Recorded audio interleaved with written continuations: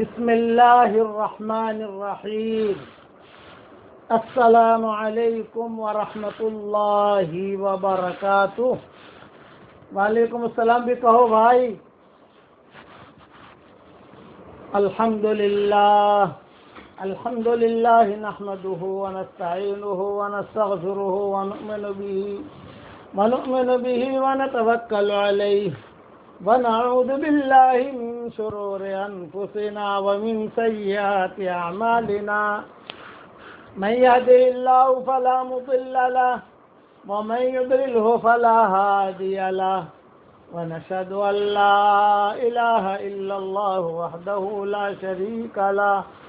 ونشهد أن سيدنا ومولانا محمدا عبده ورسوله صلى الله عليه وعلى آله وأصحابه وبارك وسلم تسليما كثيرا كثيرا اما بعد۔ قابل احترام بھائیوں، دوستوں، بزرگوں، مائیں، بہنیں، بیٹیاں، بہوئیں، بچیاں، بچے جو بھی ہمارا سبق سن رہے ہیں، سلسلہ وار مضمون حضرت محمد صلی اللہ علیہ وسلم کی سیرت کا۔ آپ صلی اللہ علیہ وسلم کی عمر اب 12 سال کی ہوئی ہے، اور اب یہ قافلہ مکہ مکرمہ سے روانہ ہو رہا ہے شام کی طرف۔ کم و بیش 3-3.5 ہزار کلومیٹر کا یہ سفر ہے، اور راستے میں مدینہ منورہ سے گزرتے ہوئے اور ساری پہاڑیوں سے گزرتے ہوئے، خیبر سے گزرتے ہوئے، مدائن صالح سے گزرتے ہوئے، تبوک سے گزرتے ہوئے، جارڈن سے گزرتے ہوئے یہ قافلہ جو ہے شام پہنچے گا۔ اور شام جو ہے یہ بھی روم کا ایک حصہ تھا، رومن امپائر جسے کہتے ہیں۔ اب میں ایک مختصر وضاحت کر لوں کہ مکہ مکرمہ سے حضرت محمد صلی اللہ علیہ وسلم کا یہ سفر جو شام کا ہوا، جب آپ کی عمر 12 سال کی تھی، آپ صلی اللہ علیہ وسلم نے پھر بھی کچھ یعنی شام کا سفر کیا ہے، یعنی 24-25 سال کی عمر میں بھی کیا ہے، وہ تفصیل آئے گی انشاءاللہ بعد میں، لیکن یہ آپ کا لمبا پہلا سفر ہے اور 12 سال کی عمر میں ہے، اور چچاؤں کے ساتھ بغرض تجارت ہے، یہ سمجھ لیجئے۔ تو راستے میں بہت بہت بہت بہت یہ 6-4 مرتبہ 7 مرتبہ کہہ رہا ہوں قصے ہوئے، کیونکہ ہونے والے نبی ہیں اور آئندہ چل کے یہ اللہ کے نبی بنیں گے۔ اب سارے قصوں کی میں تفصیل کیا بیان کروں؟ میں نے سوچا کہ یہ قصوں کی تفصیل بیان کروں گا تو ایک سال میں بھی پورا نہیں ہوگا، اس لیے ساری تفسیر میں چھوڑ دیتا ہوں، صرف یہودیوں کی کچھ باتیں بتا دیتا ہوں۔ حضور صلی اللہ علیہ وسلم اور سیدھا شام حضور کو پہنچا دیتا ہوں، اور وہ شام میں کیا ہوا وہ قصہ بیان کر دیتا ہوں۔ حضور اکرم صلی اللہ علیہ وسلم قافلے کے ساتھ جب روانہ ہوئے تو ہر آدمی حضور صلی اللہ علیہ وسلم کا احترام کرتا تھا۔ سفر میں جیسے کام کاج ہوتے ہیں، پانی لانا ہوتا ہے، اونٹوں کو چرانا بھی ہوتا ہے، بکریوں کے لیے گھاس بھی لانی ہوتی ہے، کبھی کوئی لکڑیاں بھی کاٹ کے لانی ہوتی ہے، کچھ نہ کچھ کام سفر میں ہوتے ہیں۔ تو آپ صلی اللہ علیہ وسلم خود جو ہے دوڑ کر بھاگ کر سفر میں کام کرتے تھے، یعنی یہ نہیں کہ تم کرو، لیکن وہ سمجھ جاتے تھے کہ بھائی چچا کو یہ ضرورت ہے فلاں، لیکن چچا بھی ساتھ تھے آپ کے، ابو سفیان بھی ساتھ تھے، اور جو دوسرے چچا ہیں وہ بھی ساتھ تھے، ابو طالب بھی ساتھ تھے، یہ سارا کا سارا قافلہ تھا، اور قبیلہ بنی مخزوم بھی تھے، حضرت عمر کا خاندان بھی تھا، صدیق اکبر کا خاندان بھی تھا، اور خالد بن ولید کا خاندان بھی تھا، اس لیے سارے کے سارے بغرض تجارت جاتے تھے۔ اور تجارت کے لیے جب جاتے تھے تو ایک آدمی نہیں جاتا تھا، کئی لوگ جاتے تھے، اور کئی لوگ جا کر وہاں جا کر کپڑا لیتے تھے،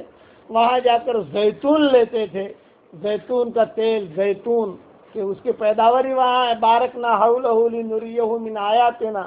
بابرکت جگہ ہے شام، اسی لیے حضور صلی اللہ علیہ وسلم نے شام کے لیے دعا مانگی اور شام کا نام لیا حضور صلی اللہ علیہ وسلم نے، چونکہ حضور صلی اللہ علیہ وسلم کو شام کے سفر کا علم تھا، بچپن سے سفر کیا تھا حضور نے، تو بیچ میں جتنے قصے ہوئے 25-30 قصے ہوئے مختصر ہر جگہ پر، وہ سارے میں چھوڑ رہا ہوں، ایک قصہ بیان کرتا ہوں کہ ایک درخت تھا، دور سے یہود جو ہے وہ اسے دیکھا کرتے تھے دور سے۔ اچھا، بیچ میں یہودیوں کی بستیاں بہت پڑتی تھی، مدینہ منورہ یہودیوں سے بھرا ہوا، خیبر یہودیوں سے بھرا ہوا، تبوک بھی یہودیوں سے بھرا ہوا، یا عمان بھی یہودیوں سے بھرا ہوا، بیت المقدس قریب ہے وہاں سے۔ یہ تو سارے کے سارے جو ہے یہودی کالونی تھی، یہ پٹی پورے یہودیوں کی تھی، اور یہ سارے کے سارے اہل کتاب تھے۔ تو ایک درخت تھا بیچ میں، وہ تو دور دور سے، اچھا یہودیوں کو چھوٹے چھوٹے گاؤں آتے تھے، کسی میں 100 فیملیاں ہیں، کسی میں 50 فیملیاں ہیں، کسی میں 25 فیملیاں ہیں۔ تو حضور صلی اللہ علیہ وسلم جب وہاں سے گزر رہے تھے تو یہ سارے اہل کتاب تھے، یہ سارے کے سارے باہر نکل کر دیکھتے تھے۔ تو ابو طالب کو شک پڑتا تھا کہ بھئی یہ کیوں دیکھ رہے ہیں میرے بھتیجے کو، یہ لوگ کیوں دیکھ رہے ہیں میرے بھتیجے کو، کیوں دیکھ رہے ہیں؟ حالانکہ وہ دیکھتے تھے اور چیز دیکھتے تھے، ان کا مطلب وہ حضور کو تکلیف پہنچانا نہیں، لیکن وہ حضور صلی اللہ علیہ وسلم کی پیشانی سے وہ سمجھ جاتے تھے کہ ارے اللہ کا نبی جو آنے والا ہے وہ یہی لڑکا ہے۔ جیسے آج کل لوگ امام مہدی کو ڈھونڈتے ہیں، آج کل لوگ جو ہے امام مہدی کے بارے میں بہت سوال کرتے ہیں۔ میں کہتا ہوں بھائی جب آنے ہوں گے آ جائیں گے یار، ہم ان کے ہاتھ پر بیعت کر لیں گے، تمہیں اتنا ٹینشن کیوں ہے؟ یہ بتاؤ نا، آپ کو اتنا ٹینشن کیوں ہے امام مہدی کا؟ وہ آئیں گے، صحیح حدیثوں میں ہے، جب آئیں گے تو ان کے ہاتھ پر بیعت کر لیں گے انشاءاللہ، اور کیا۔ لیکن وہاں تو چونکہ علم نجوم سے انہیں پتہ چل گیا تھا کہ بچہ پیدا ہو گیا ہے، بڑے بڑے جو ان کے ٹاپ 1 نجوم ہی تھے، انہوں نے بتا دیا تھا کہ بچہ پیدا ہو گیا ہے، حجاز میں پیدا ہوا ہے، اور یہ عمر کا ہے، سارے کے سارے انہیں تفصیل میں آگے تفصیل آئے گی۔ تو یہودی عورتیں، یہودی بچے، یہودی بوڑھے، یہ سارے کے سارے جو ہے یہ اسے دیکھتے رہتے تھے، کیونکہ آپ کا گزر کنیساؤں کے اوپر سے بھی ہوتا تھا، اس لیے کہ آپ تو شام جا رہے ہیں نا چچا کے ساتھ، چچاؤں کے ساتھ، چچا تو نہیں کہوں گا، چچاؤں کے ساتھ، سارے قافلے کے ساتھ، سارا قافلہ جا رہا ہے تو آپ بھی جا رہے ہیں ساتھ میں، 12 سال کی عمر ہے، تو لوگ جو ہے وہ عجیب عجیب نگاہوں سے دیکھتے تھے۔ تو یہ قافلے والے آپس میں مشورہ کرتے تھے کہ بھئی ہم جہاں سے گزرتے ہیں یہ لڑکے بھاگے بھاگے آتے ہیں، ان کے سب پادری وغیرہ سب بھاگے بھاگے آتے ہیں، یہ کیا مسئلہ ہے؟ تو ابو طالب چونکہ امیر تھے اس قافلے کے، وہ کہتے کہ بھئی دیکھو ہم تو جو ہے مکہ کے رہنے والے ہیں، سیدھے سادھے لوگ ہیں، مکہ کے رہنے والے لوگ یعنی غربا فقرا، اس وقت پیٹرول تو تھا نہیں، مکہ کے رہنے والا یہ کون، مطلب کہ غریب فقیر آدمی یہ شمار ہوتا تھا، تو مکہ کا رہنے والا ہوں مطلب کہ بیچارہ بہت غریب ہے، بہت فقیر ہے، کہ ہم تو مکہ کے رہنے والے ہیں نا، ہمارے پاس اتنا مال ہے، بھائی یہ تو سب بڑے بڑے لوگ ہیں جو ہیں وہ، اس لیے ان کی باتوں میں ان سے کیا ہم باتیں کریں، لیکن وہ آ کر حضور کو دیکھ کے چلے جاتے تھے۔ ایک درخت تھا، اس درخت کے نیچے حضور اکرم صلی اللہ علیہ وسلم نے پڑاؤ ڈالا، 2 مرتبہ حضور کا چونکہ سفر ہوا ہے شام کا، ایک یہ سفر ہوا ہے اور ایک حضرت خدیجہ کی شادی سے پہلے ہوا ہے، تو دونوں مرتبہ حضور صلی اللہ علیہ وسلم نے اس درخت کے نیچے، جب وہ درخت کے نیچے حضور ٹھہرے، یہ یہودی بڑے بڑے بڑے بڑے علماء بھاگے بھاگے بھاگے بھاگے بھاگے آئے اور یہ فرمایا یہ کس کا لڑکا ہے، یہ کس کا لڑکا ہے، یہ کس کا لڑکا ہے، یہ کس کا لڑکا ہے۔ ابو طالب کہتے تھے میرا لڑکا ہے، حالانکہ ان کے بھائی کا لڑکا تھا، لیکن ایک یہ کہ عرفن کبھی میرا بھتیجا ہے، میری تحویل میں ہے، میرا بیٹا ہے۔ یہود کہتے تھے کہ ابھی ہماری کتابوں میں یہ لکھا ہوا ہے اس درخت کے نیچے عیسیٰ ابن مریم کے بعد جو بھی ٹھہرے گا وہ آخری نبی ہوگا، یہ ہماری کتابوں میں لکھا ہے۔ ہم روزانہ اس درخت کی واچ کرتے ہیں دور دور سے کون آ کے ٹھہرتا ہے، حضور صاحب ٹھہرے دو کہ بھائی یہ آخری نبی ہونے والا ہے، یہ سارے بڑے بڑے پادری کہتے تھے۔ ہوتے ہواتے اب میں مدینہ کا قصہ، ان کے والد کا قصہ، نابغہ کا قصہ، بنو نجار کا قصہ، بنو نجار میں گئے، کتنے دن ٹھہرے، کیا ہوا، چونکہ خاندان تو وہی تھا نا، سلمہ تو وہی کی تھی، عبد المطلب بھی وہی پیدا ہوا ہے، ننیال تو وہ ہے۔ وہ سارا قصہ جو ہے میں چھوڑ رہا ہوں اور سیدھا حضور صلی اللہ علیہ وسلم کو شام پہنچا رہا ہوں۔ شام پہنچے حضور اکرم صلی اللہ علیہ وسلم۔ شام جو ہے ان کا مرکز تھا یہودیوں کا، اور وہاں کے جو پادری تھے وہ سارے کے سارے سمجھ لو کہ سارے جتنے بھی پادری تھے ان سب سے بڑا پادری تھا، اس کا نام تھا بحیرہ راہب یا بحیرہ راہب یا بحیرہ راہب، یہ سب کا بڑا، اور اس کا جو مرکز تھا وہ سب سے بڑا، سارے کے سارے اسی سے مشورہ کرتے تھے۔ وہ پادری کی عادت یہ تھی کہ زمین پر اترتا نہیں تھا، وہ اپنا ایک سماع ہوتا تھا مینارہ، اس مینارے کے اوپر ہی وہ رہتا تھا، وہیں پر آب خوری کرتا تھا، وہیں کھاتا تھا، وہیں پیتا تھا، وہیں سوتا تھا، وہیں پیشاب پاخانہ، وہی سب کچھ، اور وہ دیکھتا رہتا تھا بیٹھا ہوا کہ کیا ہو رہا ہے، کیا ہونے والا ہے، ایسا چکر لگاتا رہتا تھا۔ لیکن اس زمانے کی ترتیب یہ تھی کہ اگر پادری مینارے سے زمین پر آ گیا، نیچے اتر آیا، تو سمجھ لو کہ کوئی بہت بڑا حادثہ ہونے والا ہے یا کوئی بہت بڑا معاملہ ہونے والا ہے۔ یہ اس زمانے میں ان کی تھیوری تھی کہ بڑے بڑے جو پادری ہوتے تھے وہ اپنے مرکزوں میں اوپر ہی رہتے تھے، وہ نیچے نہیں اترتے تھے۔ وہ حضور اکرم صلی اللہ علیہ وسلم اس قافلے کے ساتھ شام پہنچے کہ پادری نے دیکھا بیٹھے ہوئے کہ قافلہ داخل ہو رہا ہے۔ اوہو، اچھا یہ قافلہ، اور پھر اس نے دیکھا کہ اس قافلے میں ایک لڑکا بھی ہے، پھر اس نے دیکھا کہ یہ لڑکا جہاں جاتا ہے بادل اسی کے ساتھ ساتھ چلتے ہیں، یہ سارا پادری نے دیکھا۔ اور یہ قافلہ مکہ والوں کا کوئی بھاؤ نہیں پوچھتا تھا، ہر سال تجارت کے لیے جاتے تھے، کوئی ان کو بلاتا بھی نہیں تھا، کوئی پوچھتا بھی نہیں تھا کہاں سے آئے ہو تم۔ لیکن یہ قافلہ جو حضور صلی اللہ علیہ وسلم والا، جو حضور صلی اللہ علیہ وسلم ساتھ تھے، 12 سال کی عمر تھی، یہ جب داخل ہوا تو وہ جو پادری تھا بحیرہ راہب، وہ نیچے اترا اور نیچے اتر کر اپنا تخت منگوایا اور تخت پر بیٹھا، اور یہ قافلہ چونکہ گزرنا تھا اس کے کنیسے کے قریب سے گزرنا تھا،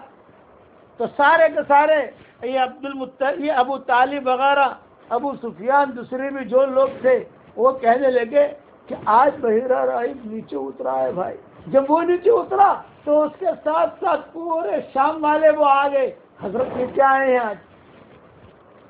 آج اس زمانے کا حضرت جی وہی تھا کہ بھئی حضرت جی نیچے آئے ہیں، کچھ معاملہ ہے، کچھ ہونے والا ہے۔ یہاں تک کہ یہ قافلہ بھی پہنچا۔ جب یہ قافلہ پہنچا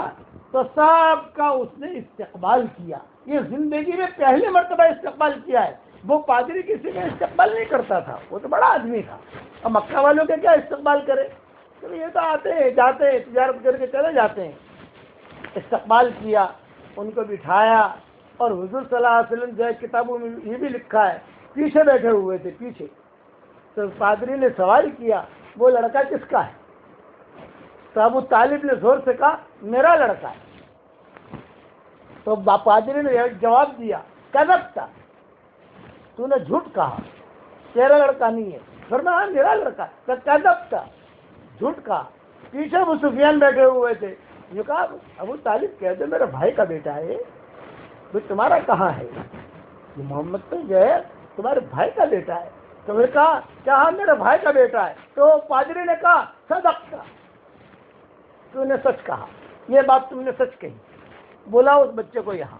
چنانچہ حضور صلی اللہ علیہ وسلم سامنے آئے، 12 سال کی آج کی عمر تھی، بٹھایا۔ پھر اس پادری نے کہا کہ میں نے کبھی بھی تمہارا اکرام نہیں کیا ہے، لیکن میں اپنے مینارے پر تھا، میں دیکھ رہا تھا کہ یہ بچہ جہاں جہاں جاتا ہے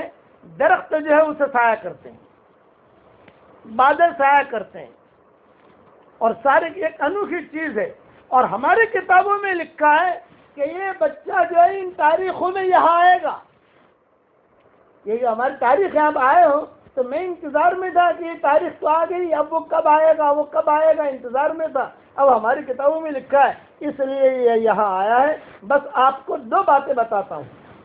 وہ پادری نے کہا 2 باتیں آپ کو بتاتا ہوں۔ ایک تو یہ کہ اس کے دشمن یہاں بہت ہیں. پورا رومن امپائر جو ہے وہ اس کا دشمن ہے، کیونکہ میں بھی رومن امپائر، اس لیے کہ شام وغیرہ یہ سب روم کے ماتحت تھے. یہ سارے کے سارے مخالف ہیں. اور روم کے بادشاہ نے ساری دنیا میں اس لڑکے کو ڈھونڈنے کے لیے قافلے بھیج دیے. کبھی کسی بھی وقت میں قافلہ یہاں میرے پاس بھی آ سکتا ہے، کیونکہ نجیب جی نے کہا ہے کہ یہ تاریخ میں یہ لڑکا ہر حال میں شام میں آئے گا. ایک بات تو یہ ہے، جب تم تھکے ہارے آئے ہو تو میں تو یہ نہیں کہتا کہ ابھی کے ابھی بچے کو واپس بھیجو، اس لیے کہ ظاہری بات ہے کتنا لمبا سفر کر کے آئے اور ابھی سے ایک دم سے واپس بھیجنا یہ بھی ذرا بد اخلاقی ہے. بس یہ کہ کل جو ہے تم لوگ میرے یہاں کھانا کھا لینا، اور میرے یہاں کھانا کھانے کے بعد پھر کسی طریقے سے بھی جلد از جلد اس بچے کو یہاں سے روانہ کر لینا، یہاں سے روانہ کر دو اس کو. اور کل تمہاری دعوت. عرب بہت خوش ہو گئے. بھائی بڑے بحیرہ راہب نے ہماری دعوت کی، کبھی پانی کا بھی نہیں پوچھتا تھا، ایک زیتون بھی نہیں دیتا تھا، اور آج دعوت. تو دوسرا دن آیا، کتابوں میں یہ لکھا ہے کہ یہ جتنے بھی چودھری تھے ان لوگوں نے حضور صلی اللہ علیہ وسلم سے کہہ دیا کہ محمد تم تو چلے جاؤ بکریاں چرانے کے لیے، ہم تو سب سیٹیے ہیں، ہم کھانا وانا کھائیں گے، اچھے سے کپڑے پہنیں گے، اور تمہارے لیے کھانا ہماری آستینوں میں لائیں گے. آستینیں اس زمانے میں لمبی چوڑی ہوتی تھی، جیسے آج کل یہ سوڈان میں، موریٹانیہ میں اور مالی میں آپ چلے جاؤ، سفر کرو، سینیغال میں آپ وہاں سفر کرو، اور تو وہاں عربوں کی جو آستینیں ہوتی ہیں وہ بہت لمبی ہوتے ہیں. یا بغداد میں کہ ان کی آستینیں بہت لمبی. یہ فرمایا کہ ہم آستینیں جو ہے ہماری لمبی بھی ہے چوڑی بھی ہے، تمہارے لیے ہم کھانا لے آئیں گے، محمد تم جاؤ. یہ کہہ کر حضور صلی اللہ علیہ وسلم کو تو اونٹ چرانے کے لیے بھیج دیا، بکریاں چرانے بھیج دیا. اور یہ جتنے چودھری تھے مکہ مکرمہ کے یہ لائن لگا کے بیٹھ گئے. کھانا اس وقت میں پلیٹیں نہیں ہوتی تھی، درختوں کے پتوں پر کھانا دیا جاتا تھا. تو سب کو درختوں کے پتے دیے گئے. یہ بحیرہ راہب بھی بیٹھا، اس کے وزراء بھی بیٹھے، اس کے دوست بھی بیٹھے. اب یہ ہوا جب یہ کھانا شروع کرو تو بحیرہ نے کہا کہ وہ لڑکا کہاں ہے؟ بھائی وہ لڑکا کہاں ہے؟ انہوں نے ابو طالب نے کہا ہم نے تو اسے بکریاں چرانے بھیج دیا. ارے اس کے برکت سے تو تمہاری دعوت کی ہے میں نے، اس کے برکت سے تمہاری دعوت کی ہے، ورنہ تمہارا بھاؤ کون پوچھتا تھا؟ اس کو بلاؤ. تو حضور صلی اللہ علیہ وسلم کو بلایا گیا. اب یہ تو سارے کے سارے درختوں کے سایوں میں، اس لیے کہ شام میں درخت بہت ہوتے ہیں اور گھنے درخت ہوتے ہیں شام میں، حجاز میں اتنے درخت نہیں ہوتے. آپ شام جاؤ تو آپ کو کھجوروں کے درختوں کی لائن ملے گی، کہیں سایہ نہیں ملے گا. اتنا ہرا بھرا ملک ہے شام. میرے سے جو سفر ہوئے ہیں میں تو وہاں کافی چلا چکا ہوں، اس لیے مجھے معلوم ہے بہت ہرا بھرا ملک. چنانچہ سب کو جو درختوں کے نیچے انہوں نے اپنی اپنی جگہیں لے لی کھانے کے لیے، مردوں نے عورتوں نے. اور حضور صلی اللہ علیہ وسلم کو جگہ ملی دھوپ میں، جہاں لوگوں کے جوتے وغیرہ رکھے ہوئے تھے وہاں جو ہے حضور صلی اللہ علیہ وسلم کو جگہ ملی. جب آپ آئے جب آئے تھے یہ درخت بھی ان کو سایہ کر رہے تھے. یہ درخت چلے اور چل کر حضور کو سایہ کرنے لگے.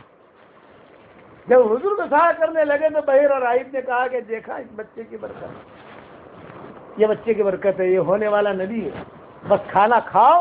اور جلد از جلد اسے جو ہے مکہ مکرمہ واپس بھیج دو. بس یہ میری نصیحت ہے. اس لیے کہ کسی گھڑی بادشاہ کو آرڈر آنے والا ہے. کھانا کھایا، کھانا کھانے کے بعد شکریہ کے لیے بحیرہ راہب کے سامنے سارے کے سارے بیٹھے، حضور صلی اللہ علیہ وسلم بھی بیٹھے، اور یہ ابو طالب، ابو سفیان وغیرہ وغیرہ جو بھی تھے سارے کے سارے بیٹھے کہ بھی شکریہ آپ نے ہمارے کھانے کی دعوت کی وغیرہ. تو بحیرہ راہب بات کر رہا تھا اور یہ بات کر رہا تھا کہ دیکھو تمہارے لیے یہاں ٹھہرنے کی ویزے کی کوئی ضرورت نہیں ہے، تم جتنا ٹھہرنا چاہو ٹھہرو، جہاں جانا چاہو جاؤ، جو دھندا کرنا چاہو دھندا کرو، جو کرنا ہے وہ کرو، اس بچے کو بھیج دو. اور جو حکومتی پابندیاں ہوتی ہیں وہ تم پر کوئی پابندی نہیں اس بچے کی برکت سے، لیکن بچے کو یہاں سے بھیج دو. ابھی یہ باتیں ہو رہی ہیں، اتنے میں 5 ایک روایت کے مطابق اور 7 دوسری روایت کے مطابق آدمی آ گئے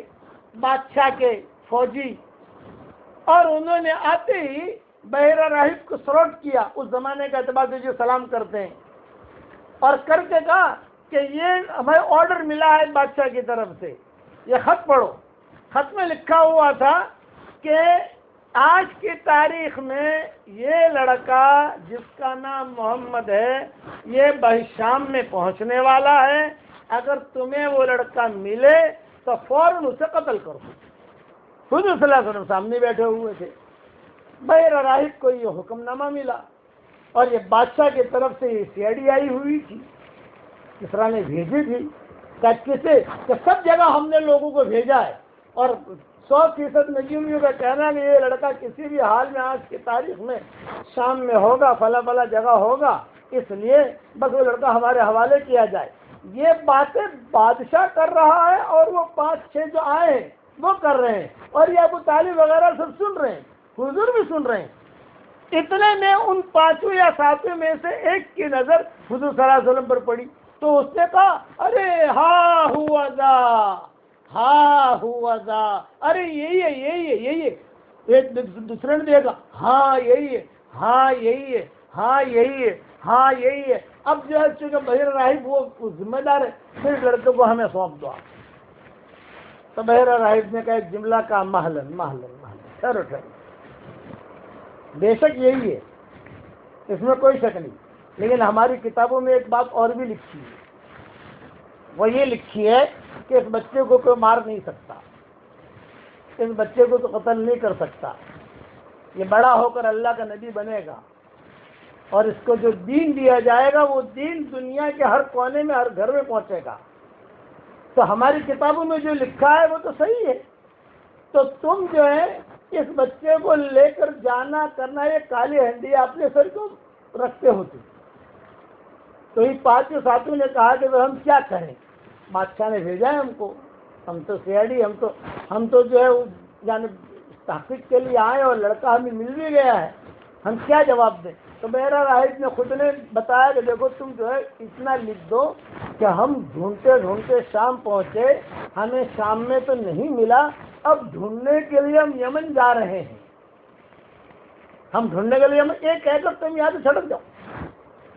یہ کہا بحیرہ راہب نے۔ اور دیکھو تم مار نہیں سکتے، کوئی تلوار اسے نہیں مار سکتی ہے، اس لیے کہ یہ اللہ کی طرف سے محفوظ ہے، اللہ کی طرف سے محفوظ ہے، اللہ کی مدد اس کے ساتھ ہے، اس لیے یہ تو یقین نہیں، ہماری کتابوں میں لکھا ہے، اگر کوئی مار دے تو ہماری کتابیں غلط ہو جائیں گی۔ تورات اور انجیل کا بڑا ماہر تھا یہ آدمی، تو انہوں نے کہا کہ ٹھیک ہے، انہوں نے بادشاہ کو رپورٹ بھیج دیا، ہمیں تو لڑکا ملا نہیں، اب ہم جو ہے واپس جا رہے ہیں، ہم جو ہے یعنی یمن جا رہے ہیں، جب ملے گا۔ تو بعض مورخین نے لکھا ہے کہ بعد میں چل کر یہ بڑے بڑے صحابہ بنے ہیں، جب حضور کو نبوت ملی ہے تو یہ بڑے بڑے صحابہ بنے ہیں، اس کی بھی مستقل ایک تفصیل ہے کہ کون کیا بنا کون کیا بنا کون کیا بنا، صرف حضور کی اتنی محبت پر کہ انہوں نے رپورٹ لکھ دیا کہ بھی دیکھو ہمیں تو لڑکا ملا نہیں، ہم تو جا رہے دوسری جگہ ڈھونڈنے۔ اب وہ تو روانہ کر دیا وہ بحیرہ راہب نے ان کو۔ اب حضور صلی اللہ علیہ وسلم کے بارے میں بحیرہ راہب نے کہا کہ دیکھو میں تمہیں نہیں کہہ رہا تھا کہ ساری حکومت حرکت میں ہے اس بچے کی وجہ سے، اس لیے اب جلدی سے روانہ کرو۔ اب آج کل پہنچے ہیں اور اتنا لمبا سفر کر کے آئے ہیں، دھندا بندہ کیا نہیں ہے، ابھی تو دھندا شروع کریں گے، 2-4 مہینہ قیام کریں گے، پھر مکہ کا سفر کریں گے، اب کون لے کے جائے، یہ بھی ایک مسئلہ ہے کہ کون لے کے جائے۔ چنانچہ ابو طالب نے اسی جگہ پر جو ہے سب قافلے والوں کو جمع کیا، اور قافلے والوں کو جمع کر کے کہا کہ بھئی دیکھو ایسی ایسی بات ہے کہ بھی کیا کریں، یہ بچے کو اب کون لے کے جا رہا ہے، کیا مسئلہ ہے۔ تو کوئی تیار ہو نہیں رہا، اکیلا بچے کو تو بھیج نہیں سکتے کہ اکیلا بچہ اتنا لمبا سفر کر کے جائے، واپس کرنا ہے۔ چنانچہ جو بحیرہ راہب تھا اس نے کہا کہ میں ناشتے کا انتظام کرتا ہوں، تو روایت میں یہ ہے کہ اس نے زیتون کے دانے دیے، زیتون کا تیل دیا، پنیر دیا، شام میں پنیر بہت ہوتا ہے، زیتون بہت ہوتے ہیں، اور یہ دیا، اور دے کر جو ہے حضور صلی اللہ علیہ وسلم سے کہا کہ لو یہ زاد راہ ہے، یہ ناشتہ ہے تمہارا، راستے میں جہاں بھی راستے میں اور بھی تمہیں ملے گا، لیکن اسے لیتے جاؤ۔ اب یہ جو ہے ابو طالب یہ کہتے رہے کہ بتاؤ کون تیار ہے، تو بعض تاریخی روایتوں میں لکھا ہے کہ 2 آدمی کھڑے ہوئے کہ ہم لے جاتے ہیں، ایک حضرت ابوبکر اور ایک حضرت بلال، یہ تاریخ روایتوں میں لکھا ہے۔ اگرچہ علماء نے اس کا انکار بھی کیا ہے، دونوں روایتیں لکھا ہے، میں وہ لکھی ہوئی بات عرض کر رہا ہوں۔ چنانچہ ابوبکر اور بلال کے ساتھ حضور صلی اللہ علیہ وسلم کو روانہ کیا۔ ابوبکر بلال تھے نہیں تھے اس میں علماء کا بہت اختلاف ہے، لیکن ایک تاریخ کی روایت میں یہ بھی ہے، وہ روایت میں نے نقل کر دی۔ اب حضور صلی اللہ علیہ وسلم روانہ ہوئے اور اچھا اب واپسی میں قصے ہو رہے ہیں، واپسی میں بھی تو قصے ہوئے نا، مکہ مکرمہ پہنچتے پہنچتے بس 2 دن میں تو نہیں پہنچ جائے گا آدمی، واپسی میں اسی جگہ سے سفر کرتے کرتے کرتے پھر مکہ پہنچیں گے حضور صلی اللہ علیہ وسلم، قافلہ تو وہاں رہ گیا۔ اب بقیہ تفصیل کل انشاءاللہ پوری کروں گا۔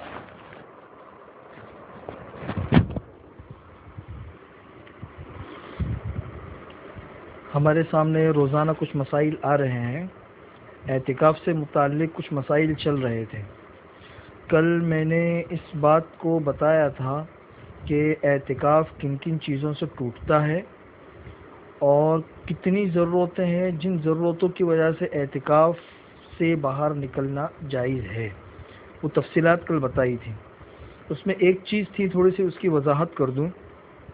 کہ جیسے گھروں میں جو عورتیں اعتکاف میں بیٹھتی ہیں، تو جس روم میں یا جس کمرے میں اعتکاف میں بیٹھی ہوئی ہے، اگر اسی کمرے میں نہانے کا انتظام ہے، باتھ روم وغیرہ اسی کمرے میں ہے، تو پھر اعتکاف کی حالت میں نہانے میں کوئی حرج نہیں ہے،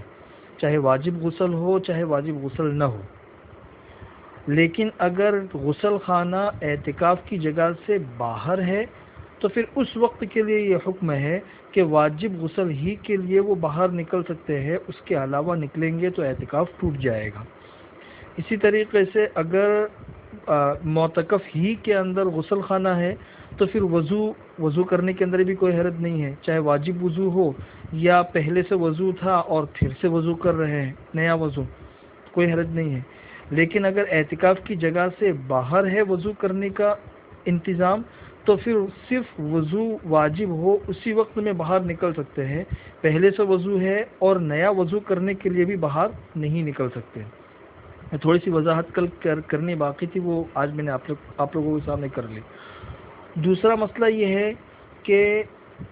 بہت سے مسائل یہ پوچھے جاتے ہیں کہ بھئی عورت ہے تو عورت کو اپنے اعتکاف میں بیٹھنے کے لیے شوہر کی اجازت کی ضرورت ہے یا نہیں۔ تو یہ مسئلہ اچھے طریقے سے سمجھ لیجئے کہ جو چیزیں فرائض اور واجبات کے قبیل سے ہیں، فرض ہے یا واجب ہے، تو اس حکم کو پورا کرنے کے لیے تو شوہر کی اجازت کی ضرورت نہیں ہے،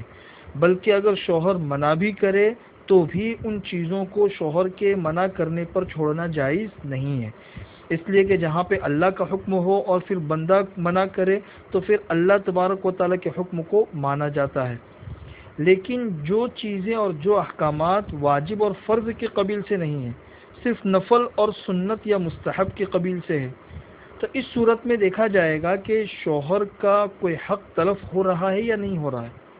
اگر شوہر کا حق تلف ہو رہا ہو تو اس وقت میں اس کی اجازت کی ضرورت ہے، اور اگر شوہر کا حق ضائع نہ ہو رہا ہو تو پھر اس کی اجازت کی ضرورت نہیں ہے۔ جیسے مثال آپ لوگوں کو بتاؤں کہ نفل نماز پڑھنی ہے تو نفل نماز پڑھنے کے لیے شوہر کی اجازت کی ضرورت ہے۔ اگر شوہر نے منع نہیں کیا تو وہ بھی اس کی طرف سے اجازت ہی سمجھی جائے گی، لیکن باقاعدہ اگر منع کرے تو پھر عورت کو نہیں پڑھنی چاہیے نفل نماز۔ نفل روزہ ہے، اگر شوہر گھر میں ہے اور وہ بیوی کو نفل روزہ رکھنے سے منع کرتا ہے تو پھر بیوی کے لیے نفل روزہ رکھنا درست نہیں ہے۔ جیسے نفل حج ہوتا ہے یا عمرہ ہوتا ہے، اس میں جانے سے شوہر نے منع کر دیا تو اب عورت نہیں جا سکتی۔ تو اسی طریقے سے اعتکاف جو ہے وہ بھی ایک سنت عمل ہے اور بعض صورتوں میں مستحب اور نفل ہو جاتا ہے۔ تو اس میں بھی یہی صورت دیکھی جائے گی کہ اگر شوہر شہر میں اور گھر میں موجود ہے اور اس نے بیوی کو منع کر دیا کہ بھئی میری طرف سے اجازت نہیں ہے بیٹھنے کی، اس لیے کہ بیٹھنے کی صورت میں شوہر کے بہت سارے حقوق ضائع ہو سکتے ہیں، تو پھر عورت نہ بیٹھے، اور اگر شوہر اجازت دے دے تو پھر وہ بیٹھ سکتی ہے. لیکن اگر شوہر جو ہے نا وہ گھر میں بھی نہیں ہے، شہر میں بھی نہیں ہے، اور ان 10 دنوں میں اس کے یہاں پر آنے کا کوئی امکان بھی نہیں ہے، تو شوہر کی اجازت کے بغیر بھی وہ بیٹھ سکتی ہے، اس لیے کہ اس صورت میں شوہر کا کوئی حق ضائع نہیں ہو رہا ہے. یہ تفصیل اچھی طریقے سے ذہن میں رکھیں. اس کے علاوہ ایک مسئلہ یہ ہے کہ جیسے جن لوگوں نے اعتکاف شروع کر دیا 10 دن کا، تو 10 دن کا اعتکاف شروع کرنے کے بعد اگر کسی عذر سے ٹوٹ گیا یا توڑ دیا گیا، جس کی تفصیلات کل بتا دی گئی تھی، تو اب اس اعتکاف کی قضا کس طریقے سے کرنی ہے. تو اگر یہ اعتکاف ٹوٹ گیا، چاہے پہلے روزے پہ ٹوٹا ہو، یعنی 21ویں میں ٹوٹا ہو، چاہے 23ویں میں، کسی بھی وقت بھی ٹوٹ گیا ہو، جیسے عورت ہے اس کو ایام شروع ہو گئے، اعتکاف ٹوٹ گیا، اعتکاف کی جگہ سے باہر نکل گیا، اعتکاف ٹوٹ گیا، تو اس کی قضا کرنا ضروری ہے. بہتر تو یہ ہے کہ پورے 10 دن کی ایک قضا کر لے رمضان کے بعد. لیکن اگر پورے 10 دن کی قضا کرنے کی اگر گنجائش نہیں ہے تو کم سے کم اس کے قضا کی تفصیل یہ ہے کہ اگر اعتکاف ٹوٹا ہے دن میں اگر اعتکاف ٹوٹا ہے تو پھر رمضان کے بعد صرف دن کے اعتکاف کی قضا واجب ہوگی. اس طریقے سے کہ صبح صادق ہونے سے پہلے اعتکاف کی جگہ میں آ جاؤ، مرد ہو تو مسجد میں چلا جائے، عورت ہو تو اپنے اعتکاف کی جگہ میں آ جائے اور اس دن روزہ رکھے اور غروب آفتاب پر روزہ کھول کر پھر وہ اعتکاف سے نکل جائے. اگر دن میں ٹوٹا ہے تو اعتکاف صرف دن کا واجب ہوگا روزے کے ساتھ میں. اور اگر اعتکاف ٹوٹا ہے رات میں، غروب سے لے کر صبح صادق کے درمیان کے کسی حصے میں، تو پھر رمضان کے بعد اس اعتکاف کی قضا کریں گے ایک دن پورا، اس طریقے سے کہ جس دن اعتکاف کرنا ہے اس دن غروب آفتاب سے پہلے اپنے اعتکاف کی جگہ میں آ جائے اور پھر دوسرے دن روزہ رکھے اور دوسرے دن غروب کے بعد پھر اپنے اعتکاف کی جگہ سے نکلے. تو یہ پورا ایک دن کا اعتکاف اس طریقے سے کرنا ضروری ہوگا. اچھا، اگر اعتکاف کی قضا کرنے کے لیے رمضان ہی میں وقت مل گیا، جیسے 22ویں روزے کو اعتکاف ٹوٹ گیا اور رمضان ختم ہونے سے پہلے موقع مل گیا، تو رمضان میں بھی قضا کر سکتے ہیں اعتکاف کی، کوئی حرج نہیں ہے، چاہے رمضان میں کریں چاہے رمضان کے بعد کریں. آخری مسئلہ یہ ہے کہ بہت سی مرتبہ بہت سی عورتیں جو ہے وہ ایسے جو دن ہوتے ہیں، مبارک دن ہوتے ہیں، تو اس وقت میں ایام روکنے والی گولیاں کھا لیتے ہیں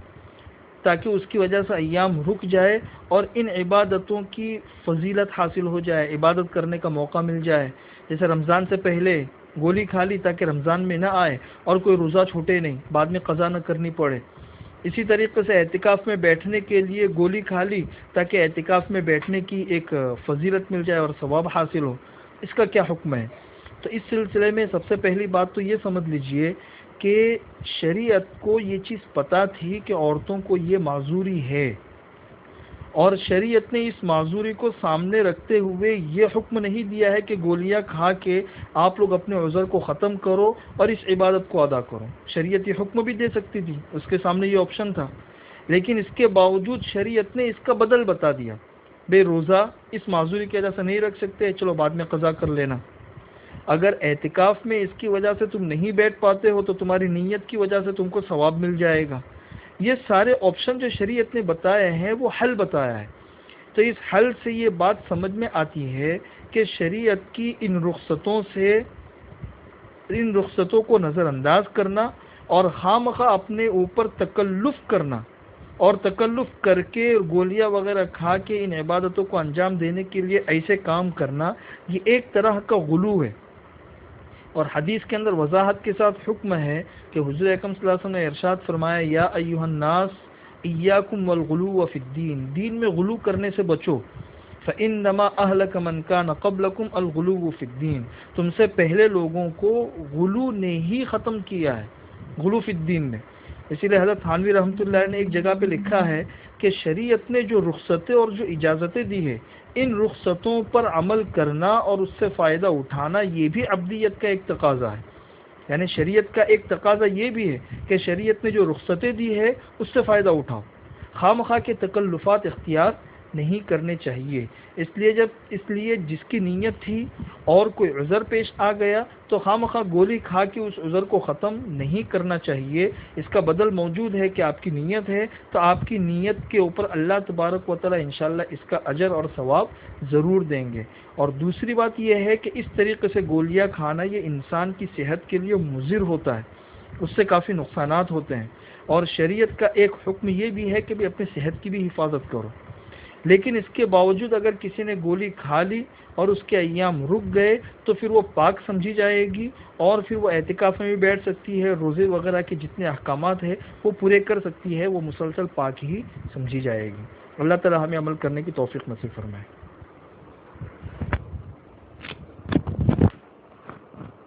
دوسرا یہ کہ اب یہ بڑی راتیں شروع ہو رہی ہیں، کل ہمارے یہاں 21ویں شب ہے انشاءاللہ، اور پھر 23ویں شب، پھر 25ویں شب، پھر 27ویں شب۔ اب یہ رمضان المبارک کا مہینہ چلا، رحمت کا اشراط رخصت ہو گیا، مغفرت کا اشراط رخصت ہو گیا۔ اس میں اس بات کا بھی خیال رکھیں کہ جو ہمارے مرحومین ہیں جو دنیا سے رخصت ہو گئے، ان کے لیے بھی کچھ نہ کچھ ثواب ہدیہ بھیجنے کی کوشش کریں۔ 3 مرتبہ سورہ اخلاص پڑھ لیجئے، پھر اس کے بعد میں مختصر دعا کرا دیتا ہوں، اور اس کا ثواب سارے مرحومین جو اسلام کے حالت میں دنیا سے رخصت ہوئے ان کو ثواب پہنچا دیجیے۔ 3 مرتبہ سورہ اخلاص پڑھ لیجیے۔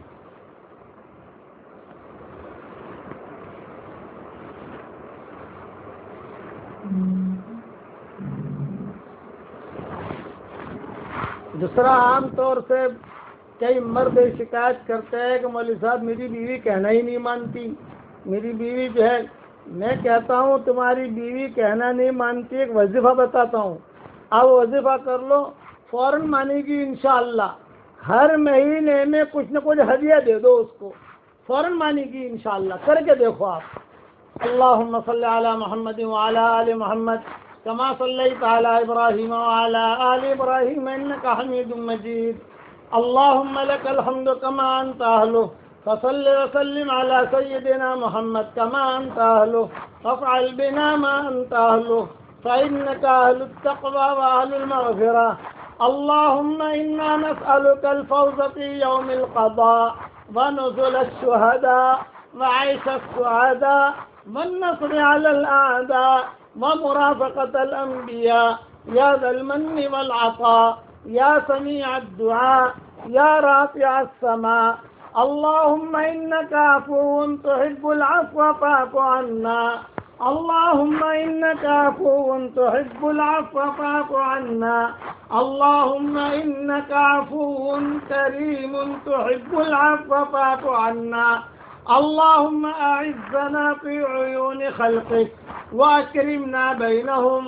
ألف بيننا وبين الخلائق كلهم أجمعين، كما ألفت بين آدم وحواء، وكما ألفت بين إبراهيم وسارة وهاجر، وكما ألفت بين موسى وطور سيناء، وكما ألفت بين سيدنا محمد صلى الله عليه وسلم وبين آله وأمته رحمهم الله۔ اللهم إنا عبيدك بنو عبيدك بنو إمائك نواصينا بيدك ماض فينا حكمك عدل فينا قضاؤك، نسألك بكل اسم هو لك سميت به نفسك أو أنزلته في كتابك أو علمته أحدا من خلقك أو استأثرت به في علم الغيب عندك أن تجعل القرآن العظيم ربيع قلوبنا ونور أبصارنا وجلاء أحزاننا وذهاب همومنا وغمومنا۔ قل هو الله أحد، بفضلها يا ربنا لا تكلنا إلى أحد ولا تحوجنا إلى أحد، واغننا يا ربنا عن كل أحد، يا من إليه المستند وعليه المعتمد، عاليا على العلا فوق العلا، فرد صمد منزه في ملكه ليس له شريك ولا ولد، ورزقه ميسر يجري على طول المدد، یا سیدنا خذ بیدنا من الضلال الى الرشد ونجنا من كل ضيق ونكد یا الہ الفضل بحق اللہ الصمد لم یلد ولم یولد ولم یکن له کفوا احد یا ذا الجلال والاکرام۔ اے اللہ ہمارے گناہوں کو معاف فرما، اے اللہ ہماری خطاؤں سے درگزر فرما، اے اللہ یہ مبارک چمن ہم سے رخصت ہو رہا ہے، رحمت کا عشرہ رخصت ہو گیا، مغفرت کا عشرہ بھی رخصت ہو رہا ہے، اے اللہ اس کے آنے کو بھی قبول فرما، اس کے جانے کو بھی قبول فرما، اور جتنی گھڑیاں رہ گئی ہیں اے اللہ اس کی قدر کرنے کی ہمیں توفیق عطا فرما۔ اے اللہ جتنے مسلمان اسلام کی حالت میں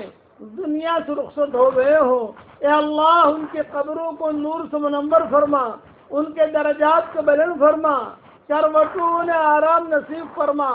ان کی ہڈی ہڈی کو جنت نصیب فرما۔ اے اللہ جن کے ماں باپ دنیا سے رخصت ہو گئے ہوں اے اللہ ان کی قبروں کو نور سے منور فرما، اور جو زندہ ہوں ان کی قدر کرنے کی توفیق عطا فرما۔ اے اللہ ہمارے دادا دادی کی قبر کو نور سے منور فرما، نانا نانی کی قبر کو نور سے منور فرما، چچا چچی کی قبروں کو نور سے منور فرما، اور جتنے بھی ہمارے رشتہ دار چھوٹے بڑے اور ہمارے محسنین، ہمارے اساتذہ، علماء حق، ان سب جو دنیا سے رخصت ہو چکے ہیں، اور جو بھی مسلمان مرد یا عورت اسلام کی حالت میں دنیا سے رخصت ہوا ہو ان سب کی قبروں کو تو نور سے منور فرما، ہمارے بھائی بہنوں کو قبول فرما، ہماری بیوی بچوں کو قبول فرما، ہمارے بیٹے بیٹیوں کو قبول فرما، پوتے پوتیوں کو قبول فرما، نواز نواسی کو قبول فرما، داماد بہوؤں کو قبول فرما، اور ہم سے محبت کرنے والوں کو قبول فرما۔ اے اللہ جو مانگا وہ عطا فرما، مانگنے سے رہ گیا وہ عطا فرما۔ اے اللہ فضل کرے تو چھٹیاں، اور اگر عدل کرے تو لٹیاں، ہمارے ساتھ تو فضل کا معاملہ فرما دے، ہمارے ساتھ عدل اور انصاف کا معاملہ نہ فرما۔ اگر عدل اور انصاف کا معاملہ آپ نے کیا تو اللہ ہم تباہ اور برباد ہو جائیں گے، ہم کسی امتحان کے لائق نہیں ہیں، ہم آزمائش کے لائق نہیں ہیں۔ امتحان تو قوی ایمان والوں کا لیا جاتا ہے، ہمارے ایمان کمزور ہیں۔ اے اللہ دونوں جہاں کی سرخروئی کا ہمارے لیے فیصلہ فرما، دونوں جہاں کی ذلت و رسوائی سے پوری پوری حفاظت فرما۔ اے اللہ جس نے بھی ہم سے دعاؤں کے لیے کہا ہو، دعاؤں کے لیے خطوط میں لکھا ہو، جن کا ہم پر کسی قسم کا حق اور احسان ہو، یا جو ہمیں اپنی دعاؤں میں یاد کرتے رہتے ہوں، یا مائیں بہنیں یاد کرتی رہتی ہوں، یا دعاؤں کے لیے کہنا چاہتے تھے مگر کہہ نہیں پائے ہوں، عافیت کے ساتھ ان کی اور ہماری جائز مرادوں کو پوری فرما۔ جو بھی آمین کہہ رہا ہو، جس حال میں دنیا کے کسی کونے میں آمین کہہ رہا ہو، اس کے دل کی دھڑکن کو تو جانتا ہے، اس کے دل کی تمناؤں کو آپ جانتے ہیں، اس کے دل کی پریشانیوں اور اچھائیوں کو آپ جانتے ہیں۔ اے اللہ ان کی ساری پریشانیوں کو دور فرما، جو بیمار ہو انہیں شفائے کاملہ عاجلہ دائمہ مستمر عطا فرما۔ اے اللہ یہ رمضان کا مبارک مہمان تو نے ہمیں دیا تھا، اب یہ مہمان رخصت ہو رہا ہے، حشر کے میدان میں اس مہمان سے پوچھا جائے گا کہ بتاؤ میزبانوں نے تیرا اکرام کیا تھا کہ نہیں کیا تھا۔ اے اللہ حشر کے میدان میں یہ رمضان کا مہینہ ہماری موافقت میں گواہی دے رہا ہو، مخالفت میں گواہی نہ دے رہا ہو، تو اس کی غیب سے صورت شکلیں پیدا فرما۔ قرآن اور روزہ یہ ہماری سفارش کر رہے ہو، تو اس کی غیب سے صورت شکلیں پیدا فرما۔ اے اللہ